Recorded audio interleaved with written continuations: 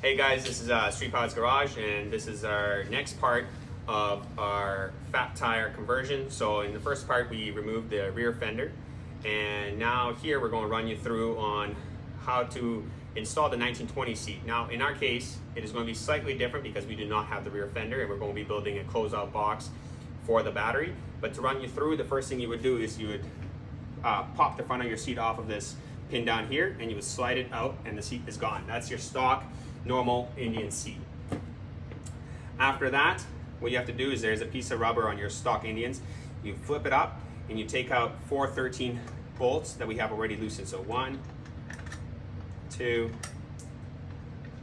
3, and 4. Now, as I said, they are going to be 14 millimeter. Next, what we're going to do is with the bolts removed, that allows us to lift up the tank, and we're going to slide out the stock rubber isolator. Now, the next is the seat holder for your original seat. It's got to come out. For that, you're going to use a 13 millimeter wrench, and for the purposes of video, I've already loosened it. So 13 millimeter, and this little nipple will come out. Now, with all of that removed, you are essentially ready for the install of your 1920 seat. Now, as I noticed, the 1920 seat top closeout panel has a little bit of gapping stock from Indian. So for waterproofing and just for better isolation, in my humble opinion, I'm going to be using a piece of matting from a toolbox to cover off everything on here. Now, what I would be doing after our test fitting purposes is I will be trimming it to fit and to tuck in accordingly to cover off the top of your fuse box and your battery. With that temporarily installed, the next part that goes in is your stock Indian 1920 seat top closeout panel. Now, first, before installing the panel, what you have to do is loosen bolts that are randomly attached to it. So with the matting installed, we're going to take the 1920 top cover and we're going to lift up the tank to allow it to slide gently under, and we're going to slide it into place like so.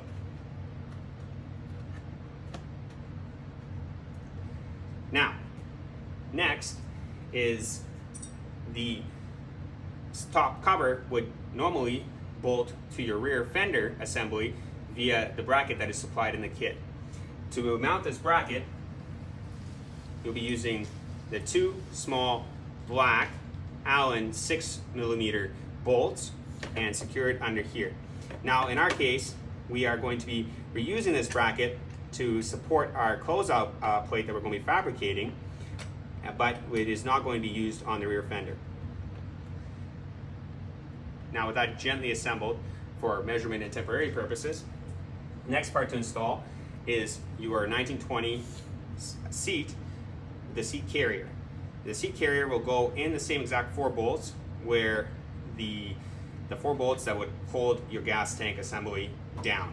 Now, the assembly comes with 4 Allen 6 millimeter bolts like everything else, and 2 of them are going to be longer and 2 of them are going to be shorter. The 2 shorter ones are for the front 2 holes, and the 2 longer ones are for the back 2 holes.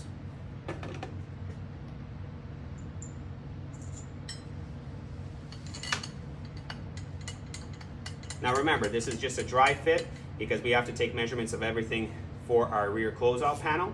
So this is not going to be the perfect assembly just yet with everything secured and torqued down to spec. Long ones for the back. It's pretty common sense due to the fact that the back is raised up higher than the front, so it should be pretty easy to figure out where the bolts go. If anything, refer to the instructions supplied by Indian or on the Indian website. Unfortunately, since I got the last procured open box kit for this seat, I do not have instructions, so it took me a few seconds to just look over the spacing on the seat to figure this out. Now, with the carrier installed, we can install our seat. Now the seat is just simply mounted with another 2 Allen bolts provided here, and it will mount from underneath upwards into the pre-drilled 2 holes on the seat like so. Bam.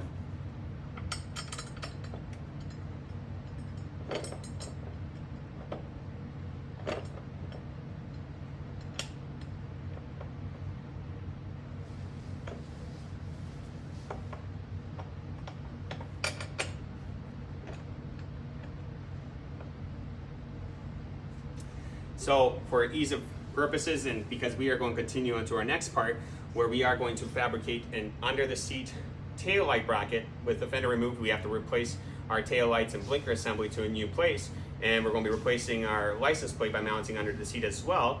Shout out to Oxuk for his video of how he did it. I'm basically copying the information that was very well spoken by him and very well presented.